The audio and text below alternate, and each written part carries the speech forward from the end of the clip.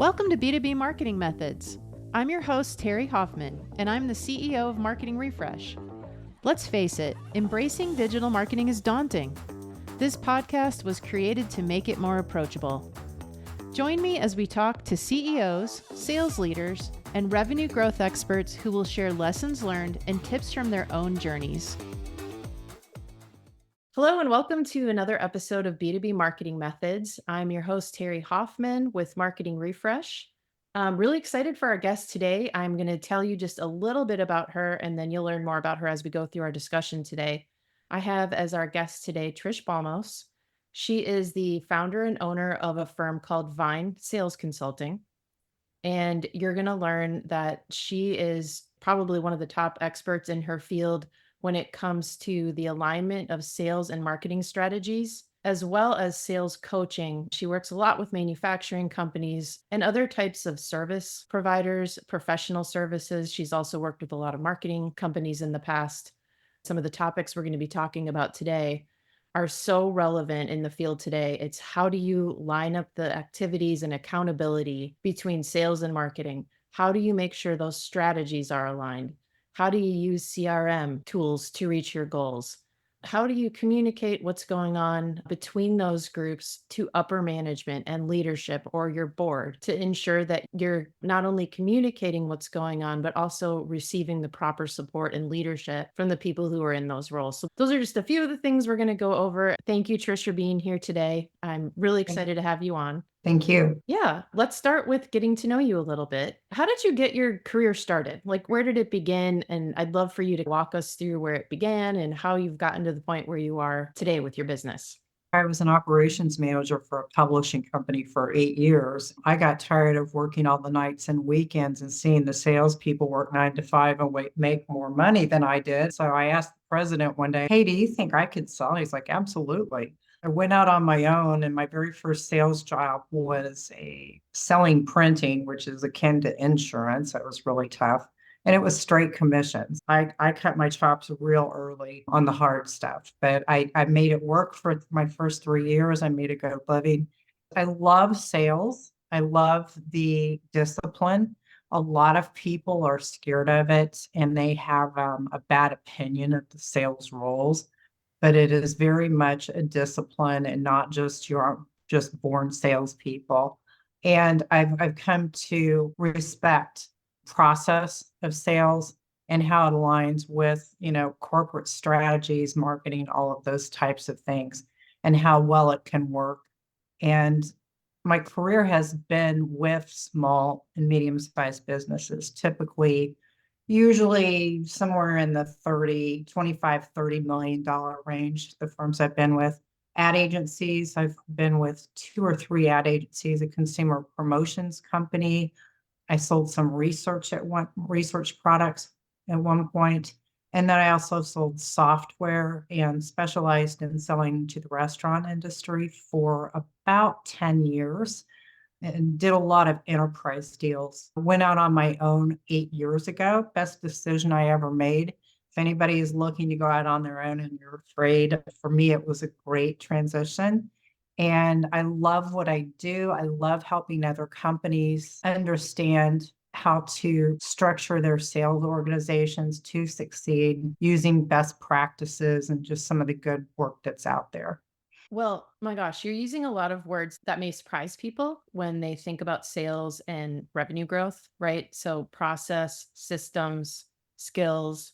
I think a lot of people have a common misperception like you're born a salesperson. You show up and you've got some skills that you can just take out there to build relationships and build sales. Do I have that right? Is that a common misperception? What are some ways that you address that mindset? That is a very common perception. One of the things that I'm thankful for in my career is that one of the ad agencies I worked for put me in sales training.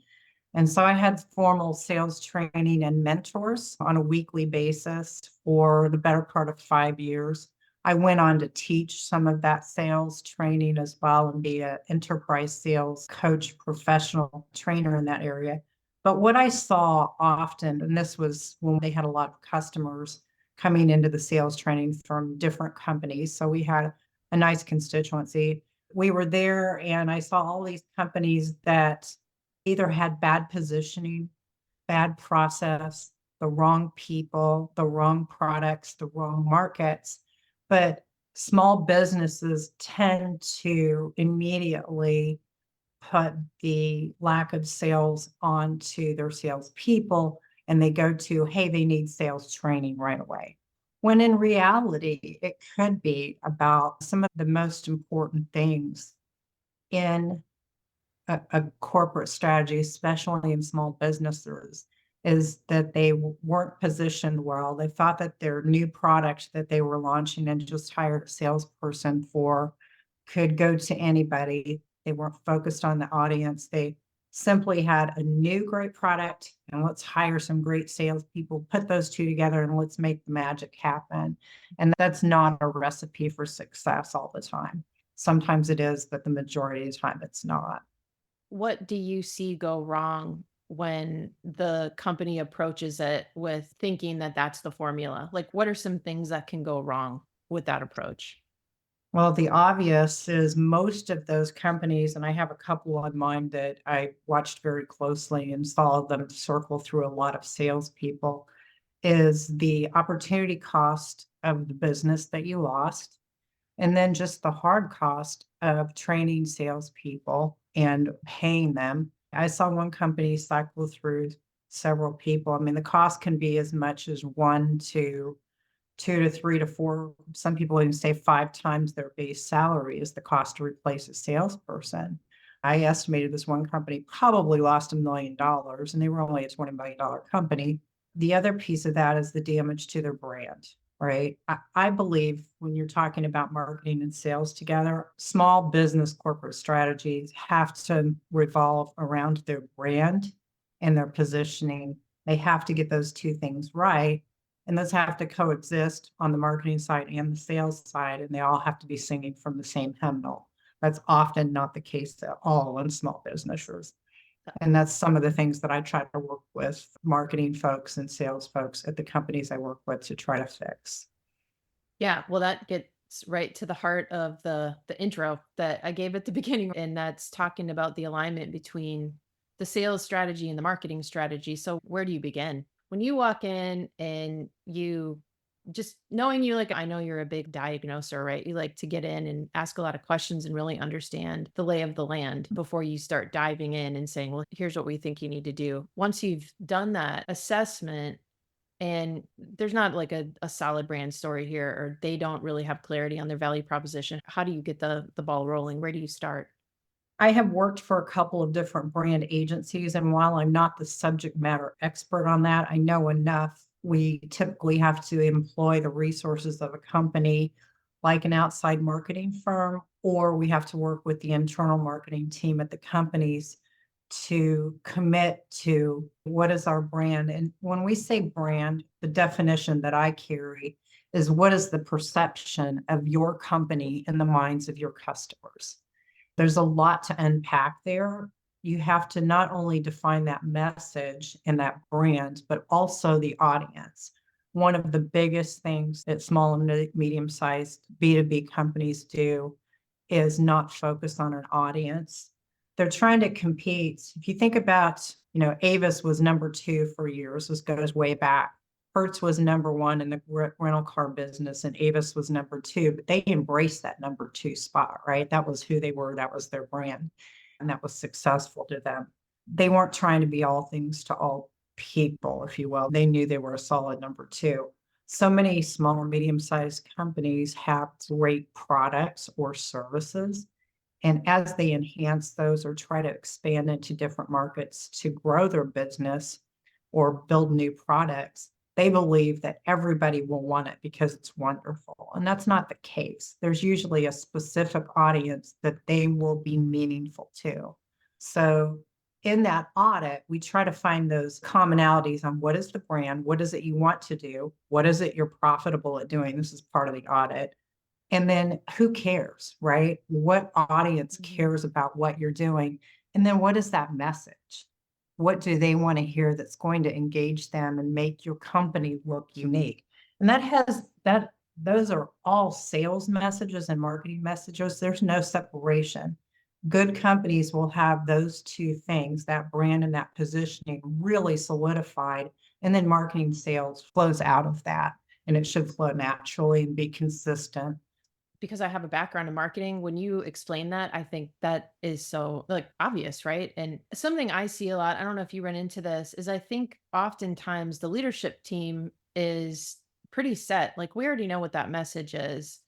Do you find that when you go through that process, they're often surprised by what their brand actually is in the market and what it means and how they're perceived? And secondly, do you find that there is a gap between what that leadership team knows and what the people who are more like the frontline marketers and salespeople actually understands about how their brand is perceived? Because those are two things I see go wrong.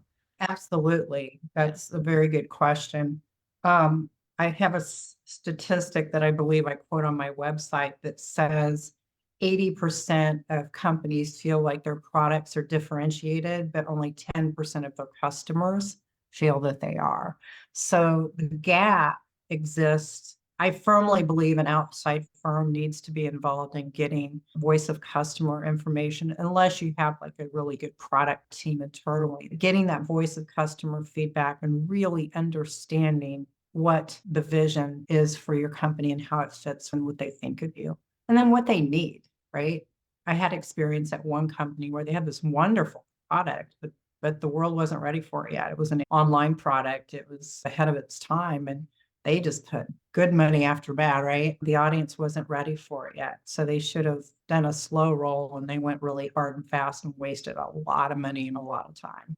You've even uncovered a couple of other little details. It's like you might have in your mind what you think is going to be an impactful message, but it might not be landing that way with the client, especially if they're not ready for it Yeah, or aware of the fact that this solution could meet a need that they haven't even realized is a need yet. I mean, that's one of the hardest products or services to market or sell is in that particular category. But I see a lot of leadership teams just frustrated because they understand the value proposition. They've talked to their market enough and they've actually done the hard work internally to figure out what that message should be and where it should land. But if the people who are actually responsible for growing revenue in the sales and marketing function don't also have that same understanding, it can be very challenging to make it all work, to make the revenue grow and to have a proper strategy and implementation of what's in the leadership team's mind.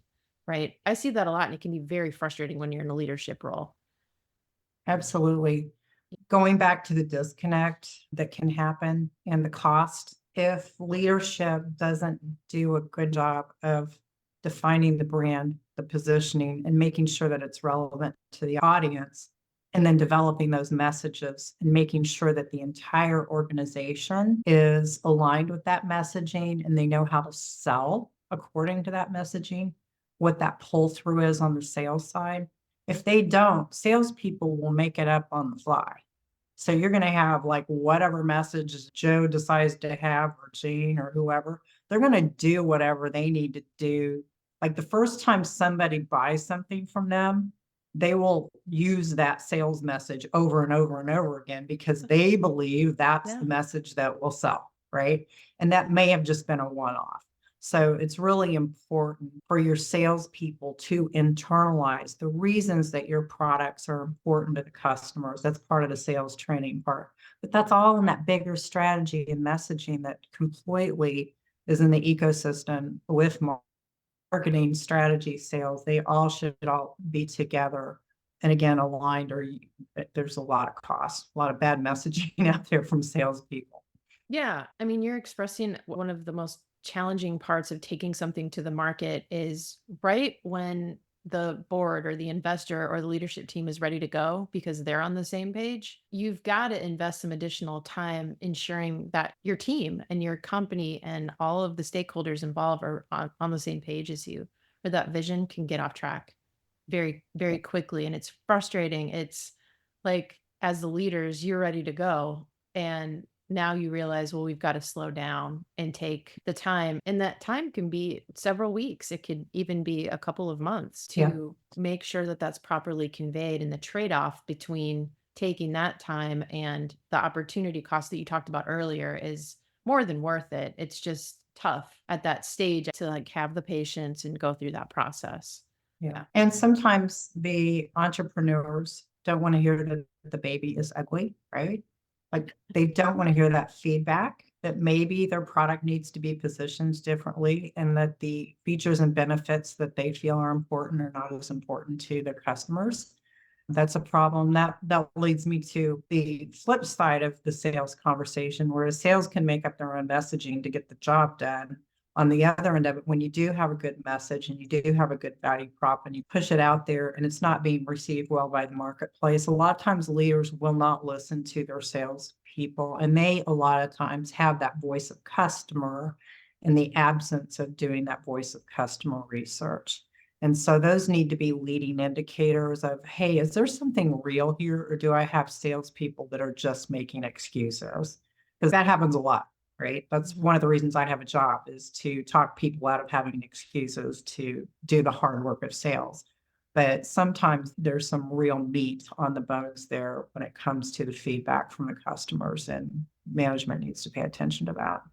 Yeah. Well, so it sounds like making sure that the brand is solid, it's clearly identified, there's like a fit with the market that it's being sold to. The market is clearly identified, and then that's all properly conveyed to the sales and marketing team. What's the next big challenge you typically run into? Assuming that's all ironed out, you're confident in how that rolled out. What's the next hurdle that you find comes up in this whole process? Probably in order of one, getting the right team in place, and two, operationalizing it, right? Getting it functional. Once you get the message right, there's, the three things: your message and your positioning, your team, and then your execution. And so you have the right message. And so a lot of people hire the wrong salespeople, unfortunately. Not every salesperson that was in the previous position is going to be successful in your company. There's a lot of fit issues. It's a little bit science and a lot of theory that you have to go through. It's a people industry, right? So very, very messy. Hiring salespeople is one of the hardest things. But then secondly, having the team, a sales leadership team or a sales team that is aligned with and works well with marketing is huge. There's a gazillion stats on the cost of marketing and sales not working together. There's real numbers associated with that. And that can look like marketing generating leads for salespeople don't use because they don't trust the marketing people. And then that's a waste of money. And there's an opportunity cost again. Or it can look like marketing not trusting sales and them not working together, putting together messaging and just spinning their wheels. They say it can cost a business up to 10%. And then there's a lot of stats that show anytime a team is well aligned and they're working well together and the people trust each other, and they don't have to be best friends. They have to have a really good trust within the team and a mutual respect for the work that each other does. And they have to be aligned with the same priorities. And so making sure that those things happen. So when you're building that team, fit is huge, making sure that fit is there and that you can get either outside resources and inside resources to work well together can pay off in huge dividends for companies. Yeah, you said that in such a calming and simple way, but I also know that what you just said has got to be one of the hardest things to figure out. Like, Mhm. what are some ways that you're able to identify that cohesiveness and that fit? Are there certain methods or processes you follow that help you zero in and hone in on that fit and cohesiveness?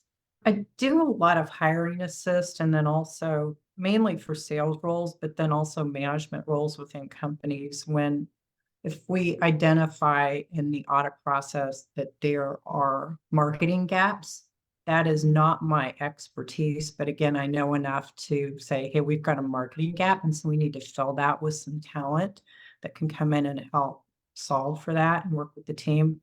And again, that's about fit. That is the messy part. I think I read an article that CEOs mentioned the hardest role to hire for was sales. I would think getting that right and getting those folks, just hiring people is messy and it's hard. I do use, based on my experience, I can spot some things quickly, but in the absence of having that experience, working with good HR people that have experience in hiring folks. I also use tools like a desk profile and some other assessments as indicators. I see a lot of companies using assessments to hire for fit, and some use them as implicit tools that if somebody doesn't score exactly like this, they're not even going to be considered. In my experience, that's a mistake because I've seen some people that didn't fit perfectly that were able to, through their life experiences and who they were, be able to adapt and change and execute well the roles that they needed. Okay. Additionally, I found that as much as I hate group interviews, getting people to get a feel for other people on the team is a big deal. Hiring people in a vacuum is never a good idea. You have to make sure the rest of your team feels like it's a fit. Okay. Well, I have a feeling there are some tools that maybe can point you in the right direction, but if you rely just on the tools and not on your experience or somebody with similar experience to you to be part of that decision making process, you shouldn't just rely solely on tools. But it sounds like there's also a little bit of skill and experience that you bring to the table that helps to ensure you're finding those fits. Yeah. Yeah. What happens most often is people that hire people just like them, right? And that's not necessarily the best fit for every role in your organization. If leaders that are hiring have a self-awareness of that, and they hire people that are different than them. Example, somebody that doesn't have really a sales personality, a CEO, they might hire a lot of folks on their team that are just like them because they're comfortable with them in the hiring process. And they need to understand that each role that they're trying to hire for is going to have a different set of skills that maybe, or a different set of, and it's the soft skills too, that they have. And look at those profiles, those disc profiles or personality profiles to help understand those differences. Again, those are indicators. They're not hire, no hire tools, but they are good indicators as a baseline to help start that process of having a good interview and finding the right fit. Yeah. I mean, I've personally learned that myself. I'm a huge follower of the disc model. So I tend to agree with the things that Mhm. you're saying just because I've had that experience and I've also watched it with other companies that we work with. I use the predictive index a lot too. They do a good job as well. Okay. I haven't really studied that one. Great. Now I have a new personality skill Yeah. assessment tool to dive into. Um, Those are it's really insightful though. Like as you start to formulate the team and bring people together, there has to be some system for accountability, right? What is that? What is your viewpoint on that? How do you start to formulate accountability for these teams and how they're being led and working together? Accountability is a dirty word these days. A lot of people don't like it. Salesforce, when you were asking me a minute ago about how do you pull that through, once you have that brand, the messaging, the product, the customer feedback, you feel like you're ready to go, getting the right team in place. And the next step is really operationalizing that. And doing that involves accountability. It usually involves a CRM, a list, making sure the list is clean. Another mistake I've seen a lot of small and medium-sized businesses make on the marketing and sales side is that their list is not clean. In addition to it not being focused, it's too broad or it's not very clean, and they're mailing bad addresses or emailing the wrong people or targeting the Yeah. wrong audiences. So getting that clean, getting them into a CRM of some sort, making sure that you have the right systems in place to measure marketing and sales together. The marketing automation tools are big, obviously, and they feed both sales and marketing. And then having that weekly accountability with your team on the sales side, especially. Are they following up on the leads that have been generated from marketing? Are they following up on the campaigns? One of the things that I've been a big fan of for a long time, and this is not a new concept by any means, a lot of people do this, is having those coordinated campaigns between marketing and sales. And everybody knows their lane. Hey, this is marketing's putting this together. This is in alignment with our strategy. Here's the tactics they're going to use to deploy the messaging. And right behind that is a sales campaign, either a call campaign or a trade show or whatever it may be that supports. So it's all working together.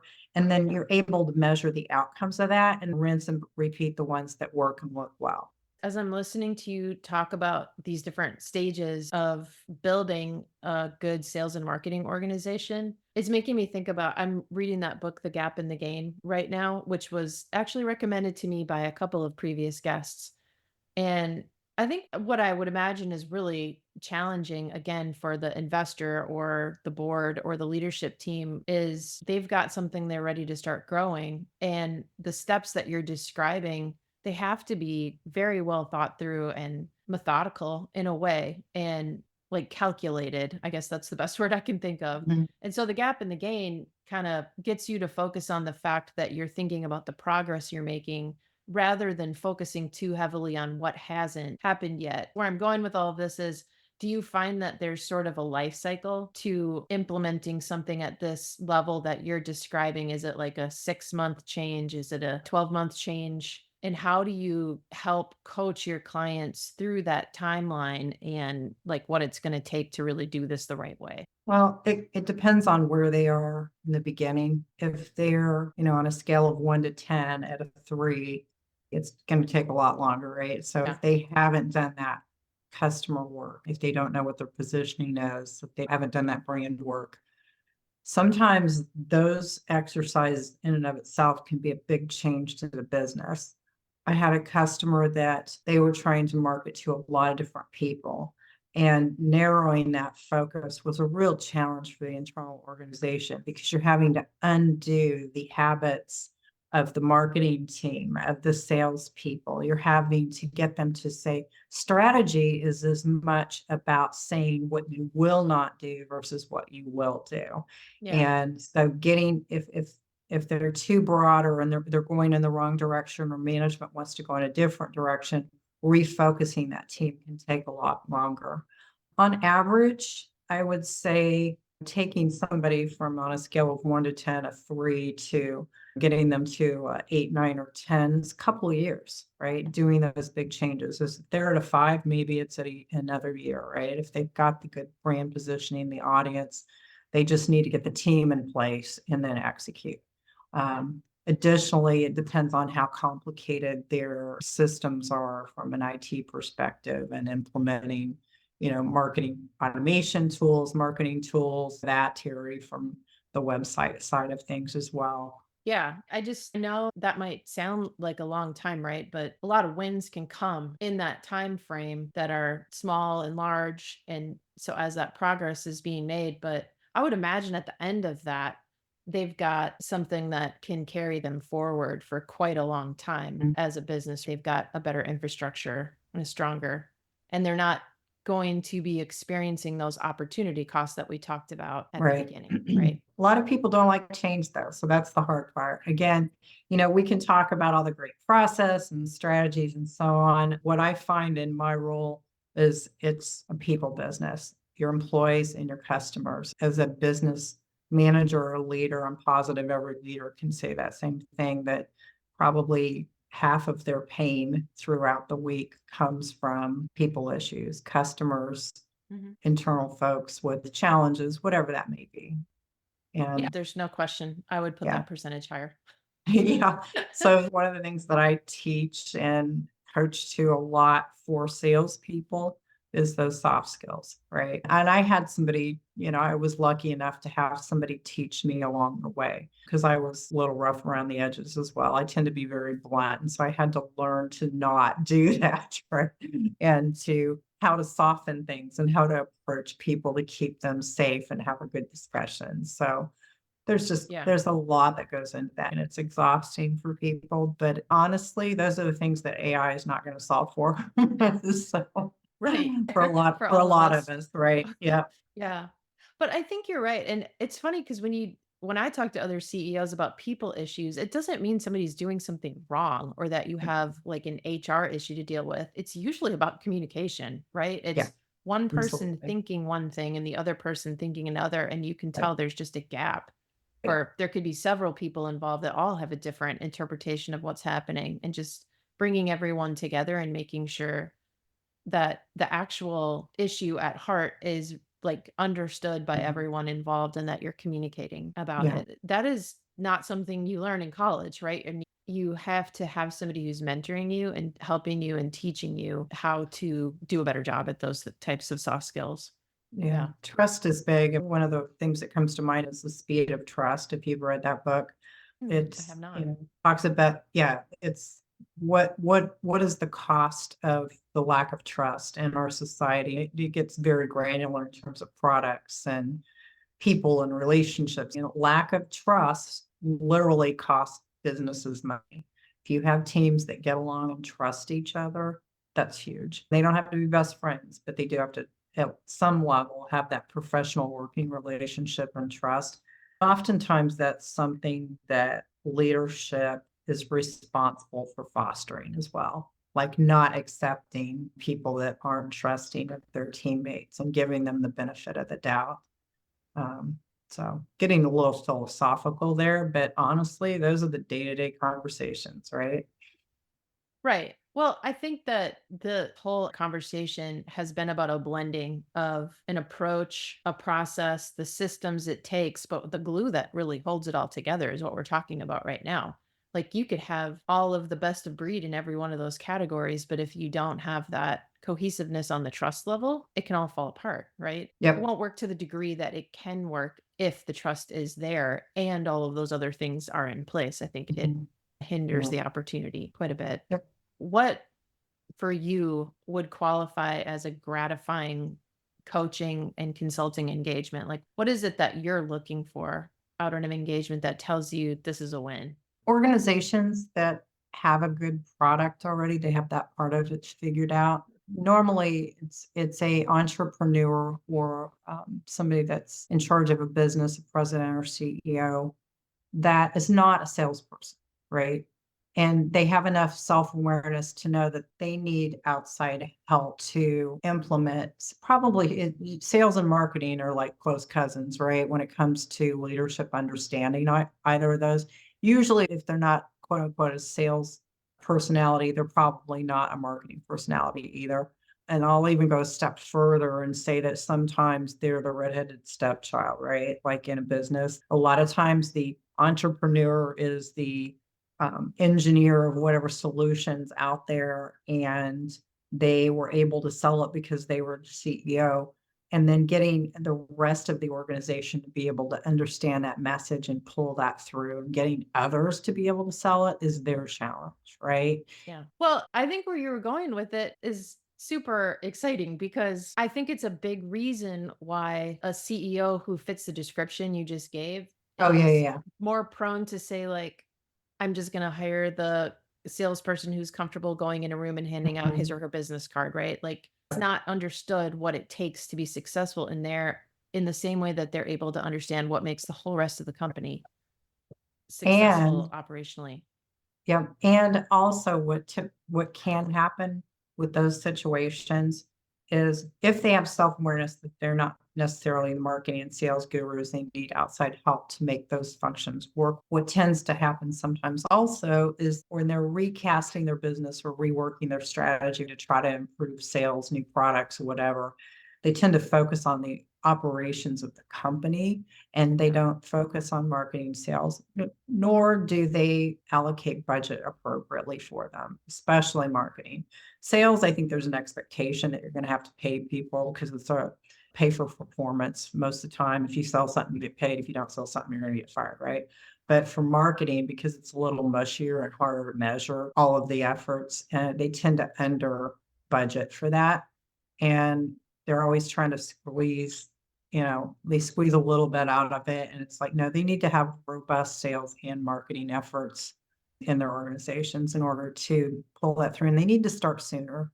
sometimes they start late. Like they'll get everything else in order and then they'll be like, okay, let's get sales and marketing in place. Nah, they probably should have been along for the ride. So, I want that person in that leadership role to feel more confident about their understanding of sales and marketing and feel that it's more approachable for them, right? mhm, Because there's it's very classic problem, but it's still pervasive today is there's just not alignment not only between sales and marketing, there's not alignment between those two groups or that one group and the whole rest of the organization.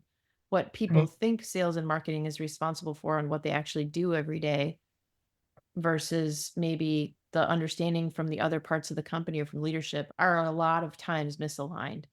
It needs to be made Mhm, more approachable. And I think the people who are in those roles, like you and me, we are accountable and responsible for making sure that the other parts of the company understand what we do, why we do it, how we hold ourselves accountable, how they should hold us accountable. Because one small thing you just said there was companies under budget for marketing. When I say that, it immediately sounds like I'm trying to generate more revenue for my marketing agency. Yeah, that is going to happen, right? If you allocate for marketing correctly. But what I really want is to stop watching companies spend what they've been able to budget versus spending what is actually going to make an impact because I'd rather just have them take that money and put like a fun little vacation together for the leadership mhm, team. right. I mean, do something else with that. If you Yeah. can't allocate an appropriate amount, I'd rather see companies not spend anything at all because it's a Well, disservice if we don't advise them correctly. absolutely. And I think there's a couple reasons that happens. They don't get marketing and sales involved as early as they should in their strategic planning process. And that's only some, that's not all, that's just a few folks. Or they don't take that part as seriously as they do maybe product development. IT takes up a lot, technology takes up tons of resources in almost every business now, right? So you Mhm. absolutely have to put funds and thought toward that, and there's a lot of planning that needs to happen. But that same care needs to happen on the marketing and sales side as well. If you don't, in the end, you're gonna end up with that disconnect, and it needs to be part of the bigger strategy, especially when it comes to the messaging and how you're gonna I mean, you have your strategy, you have your product, you have your audience, you have your goals, and I know a lot of what I've said sounds like it's very hard, but it's at the end of the day, it's really not. I see a lot of people making it hard because they don't do the simple steps. Have a plan, have that strategy, have that positioning, and then work the plan, right? Plan, team, execution. A lot of them go in circles. The other reason that I think that they fail or struggle with those things is pulling those sales through is, lack of having them involved in the beginning. But the second is once they do get to it, if they get to it too late, they have a little bit of budget and then they hire some agencies or some salespeople, and there's a lot of people out there doing a lot of things. So I think having some people that they trust and some good advisors to help them. We've seen a lot of small business CEOs go through a lot of marketing folks because they didn't know what they want and they didn't have a strategy. And they really have to do that. And sometimes those agencies can help them land on that, but they do make it hard and they go through a lot of resources. Well, and then what's even more frustrating from my point of view is I see that a lot. And then I also see that there are a lot of imposters in my industry. Absolutely. They know just the right thing to say, they know the way to pitch themselves, but they don't actually know how to properly implement or execute and deliver on the results. They're good salespeople, but they're not good deliverers. But I see it so often in my industry. Again, another reason I want to do this podcast is because the people who are making those decisions and who have the budget, I want them to be better educated about what they should be looking for Yeah. and how to go about that decision making process so that they know they're being led in the right direction for the right reasons. Mhm. And hiring those firms with sales input as opposed to in a vacuum is huge as well. I mean, that talking about that alignment, it doesn't have to be just internal folks. It should be sales plus the alignment of outside marketing resources.